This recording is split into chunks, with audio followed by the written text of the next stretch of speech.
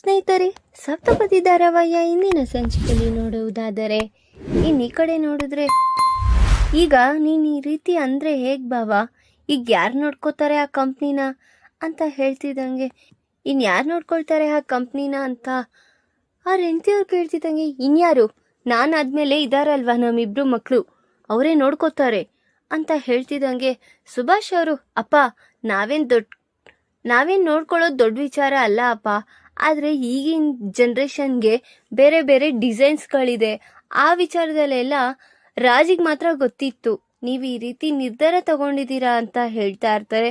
ಆಗ ಏಕೆ ನಿಮ್ಮ ಕೈಯಲ್ಲಿ ಮಾಡೋಕ್ಕೆ ಕೆಲಸ ಆಗಲ್ವಾ ಅಂತ ಹೇಳ್ತಿದ್ದಂಗೆ, ಆಗಲ್ಲ ಅಪ್ಪ ಅದು ಅಂತ ಹೇಳ್ತಾ ಇರ್ತಾರೆ ಸುಭಾಷ್ ಅವರು. ಅಷ್ಟೊತ್ತಿಗೆ ನಾಗವೇಣಿ ಅನ್ಕೊಂಡಿರೋ ಸುದ್ದಿನ ಬಾಯಿ ಬಿಟ್ಟಿರ್ತಾಳೆ.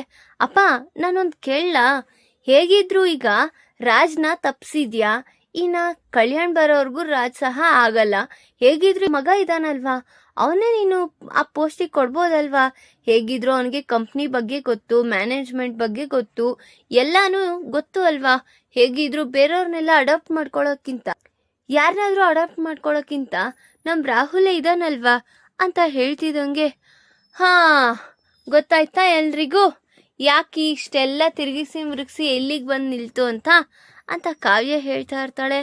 ಆಗ ಅದನ್ನ ನೋಡಿ ಈ ಕಡೆ ರಾಹುಲ್ ಮತ್ತೆ ನಾಗವೇಣಿ ಇಬ್ರು ಕಾವ್ಯ ಹೇಳ್ತಿರೋದನ್ನ ಹಾಗೆ ಕೇಳಿಸ್ಕೊತಾ ಇದ್ರು.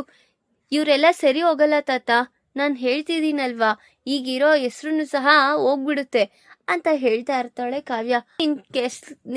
ನಿನ್ ಕೆಲಸ ಎಷ್ಟಿದೆಯೋ ಅಷ್ಟು ಮಾಡ್ಕೋ ಕಾವ್ಯ, ಸಾಕು, ನನ್ನ ಮಗನ ವಿಚಾರಕ್ಕೆಲ್ಲ ಯಾಕೆ ಬರ್ತೀಯಾ, ಧನಲಕ್ಷ್ಮಿ ಹೇಳ್ದಂಗೆ ನೀನು ಮಾಡ್ತಾ ಇದ್ಯಾ, ಈ ಆಸ್ತಿ ಅಂತಸ್ತೆಲ್ಲ ನೀನೇ ಅನುಭವಿಸ್ಬೇಕು, ನೀನು ಮತ್ತೆ ರಾಜ ಅನುಭವಿಸ್ಬೇಕು, ಇನ್ಯಾರು ಇರಲೇಬಾರ್ದು ಅನ್ನೋ ಥರ ಹೇಳ್ತಾ ಇದ್ರು, ಅದೇ ನಿಜ ಅನ್ಸುತ್ತೆ ಅಂತ ಹೇಳ್ತಿದ್ದಂಗೆ, ಅಷ್ಟೊತ್ತಿಗೆನ ಅಪರ್ಣ ಅವರು, ನೀನು ನನ್ನ ಮಗ ನನ್ನ ಸೊಸೆ ಬಗ್ಗೆ ಮಾತಾಡೋದನ್ನ ಕಮ್ಮಿ ಮಾಡು, ಏನಿದೆಯೋ ಅಷ್ಟನ್ನು ಮಾತ್ರ ನಿನ್ನ ಕೆಲಸನ ನೀನು ನೋಡ್ಕೊನಾಗ್ಬೇಡಿ ಅಂತ ಅಪರ್ಣ ಅವರು ಸಹ ಹೇಳ್ತಾ ಇರ್ತಾರೆ.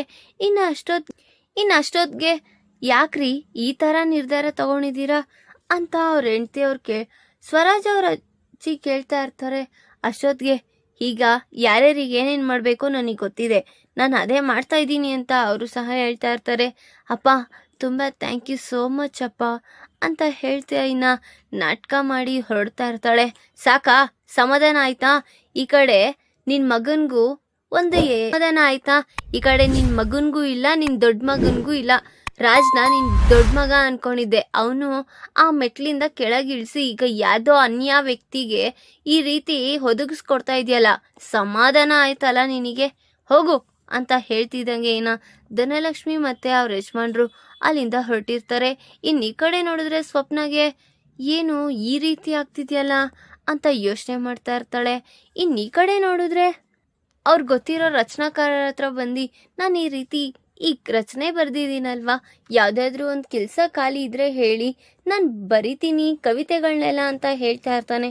ಅಷ್ಟಕ್ಕೂ ಈಗ ಕವಿತೆಗಳೆಲ್ಲ ಯಾರು ಸರ್ ಕೇಳ್ತಾರೆ, ಈಗ ಜನ್ರೇಷನ್ ಚೇಂಜ್ ಆಗಿದೆ, ಅದಲ್ದಿರ ನಾವು ಪಬ್ಲಿಷ್ ಮಾಡೋದೆಲ್ಲ ನಿಲ್ಲಿಸ್ಬಿಟ್ಟಿದ್ದೀವಿ, ಅದು ಕತೆಗಳು ಆ ವಿಚಾರದಲ್ಲಿ ಮಾತ್ರ ಇಂಟ್ರೆಸ್ಟ್ ಇದೆ ಈ ಜನಗಳಿಗೆ, ಹಾಗಾಗಿ ಅದನ್ನು ಮಾತ್ರ ನಾನು ಪಬ್ಲಿಷ್ ಮಾಡ್ತಾ ಇರೋದು ಅಂತ ಅಲ್ಲಿರೋರು ಹೇಳ್ತಾ ಇರ್ತಾರೆ. ಅಲ್ಲ, ನಾನೆಲ್ಲ ಕವಿತೆಗಳನ್ನೆಲ್ಲ ಬರ್ದಿದ್ದೀನಿ, ನೀವು ಓದಿರ್ತೀರಾ ಅಲ್ವಾ? ಹಾಂ ಸರ್, ನೀವು ಬರವಣಿಗೆ, ನೀವು ಉಚ್ಚಾರ ಮಾಡೋದು, ನಿಮಗೆ ಸ್ಪಷ್ಟತೆ ಅದೆಲ್ಲ ನನಗೆ ಗೊತ್ತಿದೆ, ಈಗಿನ ಜನ್ರೇಷನ್ ಅವ್ರು ಕೇಳಬೇಕಲ್ವಾ ಸರ್, ಹಾಗಾಗಿ ನಾನು ಅದನ್ನೆಲ್ಲ ನಿಲ್ಲಿಸ್ಬಿಟ್ಟಿದ್ದೀನಿ. ಅಷ್ಟಕ್ಕೂ ಹೇಗಿದ್ರು ನಿಮಗೆ ಬರವಣಿಗೆ ಬರುತ್ತಲ್ವಾ, ಇನ್ನು ಕತೆನ ಬರೀರಿ, ಆಗ ನಿಮಗೆ ಇನ್ನೂ ಸುಲಭ ಆಗುತ್ತೆ ಅಂತ ಹೇಳ್ತಿದ್ದಂಗೆ, ಆಯ್ತು ಸರ್ ಟ್ರೈ ಮಾಡ್ತೀನಿ ಅಂತ ಹೇಳಿ ಇನ್ನು ಕಲ್ಯಾಣ ಅಲ್ಲಿಂದ ಎದ್ದೋಗ್ತಿದ್ದಂಗೆ, ಅಯ್ಯೋ ಕುತ್ಕೊಡಿ ಒಂದು ನಿಮಿಷ, ಹಾಗೆ ಎದ್ದೋಗ್ಬಿಟ್ರೆ ಏನು ಸರಿ ಹೋಗುತ್ತೆ, ಅಷ್ಟಕ್ಕೂ ನೀವು ನಮಗೆ ಪಬ್ಲಿಷ್ ಮಾಡಿರೋ ಬುಕ್ ಬಗ್ಗೆ ನಿಮಗೆ ನಾವಿಷ್ಟು ಅಮೌಂಟ್ ಅಂತಾದರೂ ಕೊಡಬೇಕು, ಆವಾಗ ನಾನು ನಿಮ್ಮನ್ನೆಲ್ಲ ಎಷ್ಟು ಕಾಂಟ್ಯಾಕ್ಟ್ ಮಾಡಿದೆ, ಸಿಕ್ಕಿಲ್ಲ, ಆದರೆ ಹೀಗೆ ನೀವೇ ಹುಡ್ಕೊ ಬಂದಿದ್ದೀರಾ, ನನಗಂತೂ ತುಂಬ ಖುಷಿ ಆಗ್ತಿದೆ, ತಗೊಳ್ಳಿ ಇಷ್ಟು ಅಡ್ವಾನ್ಸ್ ಅಂತ ಇಟ್ಕೊಳ್ಳಿ ಅಂತ ಕಲ್ಯಾಣ್ ಕೈಗೆ ಕಾಸು ಕೊಡ್ತಾ ಇದ್ದೀನಿ ನೋಡಿ, ತುಂಬ ಥ್ಯಾಂಕ್ಸ್ ಸರ್, ನಾನು ಎಲ್ಲ ಫ್ರೀಯಾಗಿ ಕೊಡ್ತಾ ಇದ್ದೆ, ಈಗ ನನಗೆ ಕಾಸಿನ ಅವಶ್ಯಕತೆ ತುಂಬ ಇದೆ, ತುಂಬ ಧನ್ಯವಾದಗಳು ಅಂತ ಹೇಳಿ ಈಸ್ಕೊಳ್ತಿದ್ದಂಗೆ, ಇನ್ನು ನೀವು ಕತೆ ಬರ್ಕೊ ಬನ್ನಿ, ಬೇಕಾದ್ರೆ ನಾನು ಪಬ್ಲಿಷ್ ಮಾಡ್ತೀನಿ ಅಂತ ಹೇಳ್ತಾ ಇರ್ತಾರೆ. ಸರಿ ಸರ್ ಅಂತ ಅಲ್ಲಿಂದ ಕಲ್ಯಾಣ್ ಸಹ ಹೊರಟಿರ್ತಾನೆ. ಧಾರಾವಾಹಿಯ ಪ್ರತಿಯೊಂದು ಸಂಚಿಕೆ ತಪ್ಪದೆ ನೋಡಬೇಕಾದರೆ ನಮ್ಮ KTVS 365 ಚಾನಲ್ನ ಈಗಲೇ ಸಬ್ಸ್ಕ್ರೈಬ್ ಮಾಡ್ಕೊಳ್ಳಿ. ಹಾಗೆ ಪಕ್ಕದಲ್ಲಿರುವ ಬೆಲ್ ಬಟನ್ ಅನ್ನು ಪ್ರೆಸ್ ಮಾಡಿ ಅದರಲ್ಲಿ ಆಲ್ ಆಪ್ಷನ್ ಸೆಲೆಕ್ಟ್ ಮಾಡ್ಕೊಳ್ಳಿ. ಇದರಿಂದ ನಾವು ರಿಲೀಸ್ ಮಾಡುವಂತಹ ಸಂಚಿಕೆ ಅಪ್ಡೇಟ್ ನೋಟಿಫಿಕೇಶನ್ ಸಿಗುತ್ತೆ. ಯಾಕೆ ಬಾವ, ಏಂತಕ್ಕೆ ನೀನು ಈ ರೀತಿ ನಿರ್ಧಾರ ತಗೊಂಡೆ? ಅಲ್ಲ, ಹೇಗೋ ರಾಜ್ ಇದ್ದ, ಅವನಾದ್ರೆ ಕಂಪ್ನಿ ಸರಿಯಾಗಿ ನೋಡ್ಕೊಳ್ತಿದ್ದ. ಯಾಕೆ ಬಾವ ನೀನು ಈ ರೀತಿ ನಿರ್ಧಾರ ತಗೊಂಡಿದ್ಯಾ ಅಂತ ಹೇಳ್ತಿದ್ದಂಗೆ, ಏನು ಮಾಡೋದು ಹೇಳು, ಈಗ ಒಬ್ಬರನ್ನ ನಾನು ಉಳಿಸ್ಬೇಕಂದ್ರೆ ಇನ್ನೊಬ್ಬರನ್ನ ಕಳ್ಕೋಬೇಕು. ಆ ಕಳ್ಕೊಳ್ಳೋ ಸ್ಥಿತಿಗಿಂತ ಮೌನವಾಗಿ ಏನಾಗುತ್ತೆ ಮುಂದೆ ಅಂತ ಯೋಚನೆ ಮಾಡೋದು ಸರಿ ಇರುತ್ತಲ್ವ ಚಿಟಿ. ನೀನೇನು ಯೋಚನೆ ಮಾಡಬೇಡ, ಏನಿದ್ರು ನಮ್ಮ ಒಳ್ಳೇದಕ್ಕೆ ಆಗುತ್ತೆ ಅಂತ ಹೇಳ್ತಿದ್ದಂಗೆ, ಸರಿ ಆಯಿತು ಬಾಬಾ, ಆಯಿತು, ನೀನು ಹೇಳ್ದಂಗೆ ನಾನು ಕೇಳ್ತೀನಿ ಅಂತ ಇನ್ನು ಅವರು ಸಹ ಅವರಿಬ್ರು ಪರಸ್ಪರ ಮಾತಾಡ್ಕೊಳ್ತಾ ಇರ್ತಾರೆ. ಇನ್ನು ಈ ಕಡೆ ನೋಡಿದ್ರೆ ಕಾವ್ಯ ಬಂದು ಸೀದಾ ಡೋರ್ನ ಜೋರಾಗಿ ಹಾಕಿದ್ರೆ, ಏನ್ ನೀನು ಅದನ್ನ ಡೋರ್ ಅನ್ಕೊಂಡಿದ್ಯಾ, ಏನ್ ಅನ್ಕೊಂಡಿದ್ಯಾ? ಆ ರೀತಿ ಹಾಕ್ತಾ ಇದ್ಯಾ? ನಾನು ನಾರ್ಮಲ್ ಹಾಕ್ದಂಗೆ ಹಾಕಿದ್ದು, ಏನ್ ನಾನು ಇವತ್ತು ಸ್ಪೆಷಲ್ ಆಗಿ ಏನು ಹಾಕಿಲ್ಲ. ಹೋ, ಗೊತ್ತಾಗ್ತಿದೆ ನೀನ್ ಹಾಕ್ತಾ ಇರೋ ರೀತಿಲೇ. ಯಾಕ್ರಿ, ಏನಾಯ್ತ್ರಿ ನಿಮ್ಗೆ ಈ ರೀತಿ ಮಾಡ್ತಾ ಇದ್ದೀರಾ? ನನಗೇನಾಯ್ತು ಅಲ್ಲ, ನಿನಗೇನಾಯ್ತು? ಅಲ್ಲಿ ತಾತ ಅಷ್ಟು ಎಲ್ಲರ ಮುಂದೆನೂ ಏಕಾಏಕಿ ಮಾತಾಡಿದ್ರೆ ನೀನೇನು ಅವರು ಮಾತಿಗೆ ವ್ಯತಿರಿಕ್ತವಾಗಿ ಮಾತಾಡೋದು ಕಲ್ತಿದ್ಯಾ? ಅವರು ಒಂದು ನೋಡಿ ಯೋಚನೆ ಮಾಡಿ ಒಂದು ಸೂಕ್ತವಾದ ದಾರಿನ ತಗೊಂಡು ಸೂಕ್ತವಾದ ಉತ್ತರನ ತಗೊಂಡು ಅವರು ಮುಂದೂಡ್ಕೆ ಹಾಕಿರ್ತಾರೆ. ನೀನೆಂತಕ್ಕೆ ಅದಕ್ಕೆಲ್ಲ ನಿಲ್ಸಿ ತಡೀತಾ ಇದ್ಯಾ? ನಿನಗೆ ಸ್ವಲ್ಪ ಆದ್ರೂ ಬುದ್ಧಿ ಅನ್ನೋದು ಇದೆಯೋ ಇಲ್ವಾ? ಇದೇ ರೀ. ಆದ್ರೆ ಇಂಥ ಜುಲೈ ತರ ಸುತ್ತುತ್ತಾ ಇರ್ತಾನಲ್ಲ ಆ ರಾಹುಲ್, ಅವನಂತವನಿಗೆ ಕೆಲಸ ಕೊಟ್ರೆ ಹೇಗ್ರಿ ಸರಿ ಹೋಗುತ್ತೆ? ಆ ಸ್ಥಾನದಿಂದ ಇಳಿಸಿ ಅವನು ಹತ್ತಿದ್ರೆ ಇನ್ನ ಹೇಗಾದ್ರೂ ನಿಮ್ಮ ಅತ್ತೆ ಅನ್ಕೊಳ್ತಾ ಇದಾರಲ್ಲ, ಈ ಮನೆ ನಂದೇ, ಈ ಮನೆ ರಾಜ್ಭರ ಆಳ್ಬೇಕು ಅಂತ. ಇನ್ನ ಸ್ಟಾರ್ಟ್ ಆಗುತ್ತೆ ಬಿಡಿ. ಅಷ್ಟಕ್ಕೂ ಕಳಾವತಿ ಅವ್ರು ಏನೇ ನಿರ್ಧಾರ ತಗೊಂಡ್ರು ಸರಿಯಾಗಿ ತಗೊಂಡಿರ್ತಾರೆ. ನೀನ್ ಯಾಕೆ ಇಷ್ಟೊಂದು ಬೇಜಾರಾಗ್ತಿದ್ಯಾ? ಹಾಗಲ್ಲ ಕಣ್ರಿ, ಈಗ ನೀವು ಕೆಲ್ಸಕ್ಕೆ ಹೋಗ್ತಿದ್ರಿ, ಆಫೀಸ್ ಎಲ್ಲ ನೋಡ್ಕೋತಿದ್ರಿ, ಹೀಗೆ ಒಂದು ಸ್ಟೇಜ್ ಹೆಂಟದಲ್ಲಿ ಹೆಸರು ಗಳಿಸಿದೆ. ಈಗ ಅಂತವನ್ ಕೈ ಕೊಟ್ರೆ ನಮ್ ಕಂಪ್ನಿ ಯಾವ ಸ್ಥಿತಿಗೆ ಬರುತ್ತೆ ಯೋಚನೆ ಮಾಡಿದೀರಾ ಅಂತ ಹೇಳ್ತಾ ಇದ್ರು.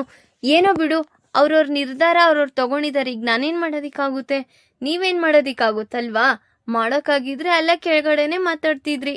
ಎಲ್ಲದಕ್ಕೂ ಕುಂಡ ಬಸವಣ್ಣ ಅಂದ್ರೆ ಹ್ಞೂ ಅನ್ನೋ ತರ ಮಾಡ್ತಾ ಇದ್ದೀರಾ. ಅಷ್ಟಕ್ಕೂ ನಿನ್ಗೆ ಏನೇ ತೊಂದರೆ ಆಗ್ತಿದೆ? ಹಾಗಾದ್ರೆ ಮತ್ತೆ ಹೇಳ್ದಂಗೆನೆ ನಿನಗೆ ಈ ಆಸ್ತಿ ಅಂತಸ್ತ್ ಮೇಲೆಲ್ಲ ಮೋಜೇನಾದ್ರೂ ಬಿದ್ದಿದ್ಯಾ ಅಂತ ಕೇಳ್ತಾ ಇರ್ತಾರೆ ರಾಜ್. ಅಷ್ಟೊತ್ತಿಗೆ ಕಾವ್ಯನ್ಗೂ ಸಹ ತುಂಬಾ ಶಾಕ್ ಆಗಿರುತ್ತೆ. ವಾಹ್, ಸೂಪರ್ ಆಗಿ ಅರ್ಥ ಮಾಡ್ಕೊಂಡಿದ್ದೀರಾ ಕಣ್ರಿ ನನ್ನ, ಅಲ್ವಾ? ಹೌದು, ನನ್ನ ಮನ್ಸಲ್ಲಿ ಇದ್ದಿದ್ದು ಅದೇನೆ, ಅದಕ್ಕೆ ನಾನು ಆ ಹಿಂದೆನೆ ಬಿದ್ದಿದ್ದೀನಿ. ನಿಮ್ ಚಿಕ್ಕಮ್ಮ ನಿಮ್ಮತ್ತೆ ಹೇಳಿದ್ರಲ್ಲ, ಅದ್ರ ತಕ್ಕನಂಗೆ ಕುಣಿತಿದ್ದೀರಾ ಬಿಡಿ. ಈಗ ನಿಮ್ಗೇನು ಹೇಳಿ ನನ್ನ ಪ್ರಯೋಜನ? ಸರಿ, ನಾನು ಹೊರಡ್ತೀನಿ ಅಂತ ಹೇಳ್ತಿದ್ದಂಗೆ, ಯಾಕೆ ಕಳಾವತಿ, ಏನಾಯ್ತು ನಿನ್ಗೆ? ಏನಾದ್ರೂ ಇದ್ರೆ ಮನ್ಸ್ ಬಿಚ್ಚಿ ಹೇಳು. ಅಯ್ಯೋ, ಏನ್ ಹೇಳೋದು? ನನ್ನೇ ಅರ್ಥ ಮಾಡ್ಕೊಂಡು ಏನು ಅಂತ ಹೇಳ್ಬಿಟ್ರಲ್ಲ, ಇನ್ನೇನ್ ಹೇಳಿ ಅಂತ ಹೇಳಿ ಕಾವ್ಯ ಅಲ್ಲಿಂದ ಬೇಜಾರು ಮಾಡ್ಕೊಂಡು ಹೊರಟಿರ್ತಾಳೆ. ಇನ್ನೀ ಕಡೆ ನೋಡಿದ್ರೆ ಅಪ್ಪು ಅಡ್ಗೆ ಮಾಡಿ ಕಲ್ಯಾಣ್ಗೋಸ್ಕರ ಕಾಯ್ತಾ ಇರ್ತಾರೆ. ಅಯ್ಯೋ, ಈ ಅಡ್ಗೆ ಏನಾಗಿದ್ಯೋ ಏನೋ ಇದು ಅಡ್ಗೆ ಸುಲಭ ಅಂತ ಅನ್ಕೊಂಡ್ರೆ ಅದಾಕು ಇದಾಕು ಅನ್ನೋದೇ ತಲೆನೋವಲ್ಲಪ್ಪ. ಇದನ್ನ ಕಲ್ಯಾಣ್ ಹೇಗ್ ತಿಂತಾನೋ ಏನೋ ಅಂತ ತುಂಬಾ ಬೇಜಾರಾಗಿರ್ತಾಳೆ. ಅಷ್ಟೊತ್ತಿಗೆ ಕಲ್ಯಾಣ್ ಬಂದು ಅಪ್ಪು ಅಂತ ಕೂಗ್ತಿದಂಗೆ, ಬಂದೆ ಕವಿ ಅಂತ ಹೋಗ್ತಾಳೆ. ಇನ್ನ ಸರಿ, ನೀನ್ ಹೋಗಿ ಕೈಕಾಲ್ ಮಗ ತೊಳ್ಕೊಂಡ್ ಬಾ, ಊಟ ಮಾಡೋಣ ಅಂತ ಹೇಳ್ತಾ ಇರ್ತಾಳೆ. ಅಪ್ಪು ಊಟಕ್ಕೆಲ್ಲ ತಗೊಬಂದು ಇಟ್ಟು ಸಿದ್ಧತೆ ಮಾಡ್ತಿದ್ದಂಗೆ ಏನಾಯ್ತು? ಪಬ್ಲಿಷರ್ ಅವ್ರು ಸಿಕ್ಕಿದ್ರಾ? ಪಬ್ಲಿಷರ್ ಏನೋ ಸಿಕ್ಕಿಲ್ಲ, ಆದ್ರೆ ಅವ್ರು ಹೇಳ್ತಿದ್ದಾರೆ ಕವಿತೆಗಳೆಲ್ಲ ಈಗ ಯಾರು ಓದಲ್ಲ, ಕತೆನ ಬರಿ ಅಂತ ಹೇಳ್ತಿದ್ದಾರೆ. ಹೌದಾ? ಹಾಗಾದ್ರೆ ಬರಿಬೋದಲ್ಲ, ಹೇಗಿದ್ರು ನಿಮ್ಮನೇಲೆ ದಿನಾ ಒಂದೊಂದು ಕತೆಗಳಿರುತ್ತೆ, ಅದನ್ನೇ ಬರೆದು ಬಿಡು ಅಂತ ಹೇಳ್ತಾ ಇರ್ತಾಳೆ. ಹೌದು, ಅದನ್ನೇ ಬರೆದ್ರೆ ಮುಗೀತು ನನ್ನ ಕತೆ ಅಂತ ಕಲ್ಯಾಣ್ ಸಹ ಹೇಳ್ತಿದ್ದಂಗೆ, ಮತ್ತೀಗ ಏನು ಮಾಡೋದು? ಅದಕ್ಕೂ ಒಂದಿಷ್ಟು ಕಾಸು ಅಂತ ಕೊಟ್ಟಿದ್ದಾರೆ, ಅದಕ್ಕೆ ಈ ಕಾಸನ್ನ ತಗೊಂಡು ಬಂದಿದ್ದೀನಿ ಅಂತ ಹೇಳ್ತಿದ್ದಂಗೆ, ಹೇಗೆ ಬಂತು? ಹೇಗಿದ್ರು ನಾನು ಬರ್ದಿರೋ ಕವಿತೆಗಳನ್ನೆಲ್ಲ ನಮ್ಮ ಅತ್ತಿಗೆ ಪಬ್ಲಿಷ್ ಮಾಡಿಸಿದ್ರಲ್ವ, ಆ ಸರಸ್ವತಿ ದೇವಿಯಿಂದನೇ ನನಗೆ ಈ ಅಮೌಂಟ್ ಬಂದಿದೆ ಅಂತ ಹೇಳ್ತಿದ್ದಂಗೆ, ಆಹಾ ಎಂಥ ಸರಸ್ವತಿ ದೇವಿ ಅಂತ ಅವಳು ಸಹ ಹೊಗಳ್ತಾ ಇರ್ತಾಳೆ. ಸರಿ ಏನೋ ಒಂದು ಮುಂದೆ ಮಾಡೋಣ, ಫಸ್ಟ್ ಊಟ ಮಾಡು ಅಂತ ಅಪ್ಪು ಊಟ ಬಡಿಸಿರ್ತಾಳೆ. ಕಲ್ಯಾಣ್ ಬಾಯಿಗೆ ಒಂದು ತುತ್ತು ಇಟ್ಕೊಳ್ಳೋಣ ಅಂತ ಹೋಗ್ತಿದ್ದಂಗೆ ಅವನಲ್ಲಿಗೆ ಸ್ಟ್ರಕ್ ಆಗಿಬಿಟ್ಟಿರ್ತಾನೆ. ಈಗ ನಾಗವೇಣಿ ಅನ್ಕೊಂಡಂಗೆ ಈಗ ಅವ್ರ ಮಗನಿಗೆ ಈಗ CEO ಪೋಸ್ಟ್ನ ಈಸ್ಕೊಟ್ಟಿದ್ದಾಳೆ. ಈಗ ಅವನು ಆ ಮನೆಗೆ ಗೌರವ ಧಕ್ಕೆ ತರಿಸ್ತಾನ ಅಥವಾ ಹೆಸರನ್ನ ಉಳಿಸ್ತಾನ? ಈ ಕಡೆ ನೋಡಿದ್ರೆ ಹೇಗಾದ್ರೂ ಮಾಡಿ ಕಲ್ಯಾಣ್ ಮನೆ ಹಿಂತಿರುಗಬೇಕು ಅಂತ ಧನಲಕ್ಷ್ಮಿನೂ ಸಹ ಯೋಚನೆ ಮಾಡ್ತಿದ್ದಾಳೆ. ಈಗ ಕಲ್ಯಾಣ್ ಮನೆಗೆ ಹಿಂತಿರುಗ್ತಾನ ಅಥವಾ ಮತ್ತೆ ಅಲ್ಲಿ ರಾಜ್ಗೆ ಏನಾದ್ರೂ ತೊಂದರೆ ತಗೊಳಕೊಡುತ್ತಾನ? ಮುಂದಿನ ಭಾಗದಲ್ಲಿ ತಿಳಿಸ್ಕೊಡ್ತೀನಿ. ಈ ವಿಡಿಯೋ ಇಷ್ಟ ಲೈಕ್ ಮಾಡಿ, ನಿಮ್ಮ ಫ್ರೆಂಡ್ಸ್ ಆಗಿ ನಿಮ್ಮ ರಿಲೇಟಿವ್ಸ್ಗೂ ಶೇರ್ ಮಾಡಿ ಅಂಡ್ ಕಮೆಂಟ್ ಮಾಡಿ. Thanks for watching.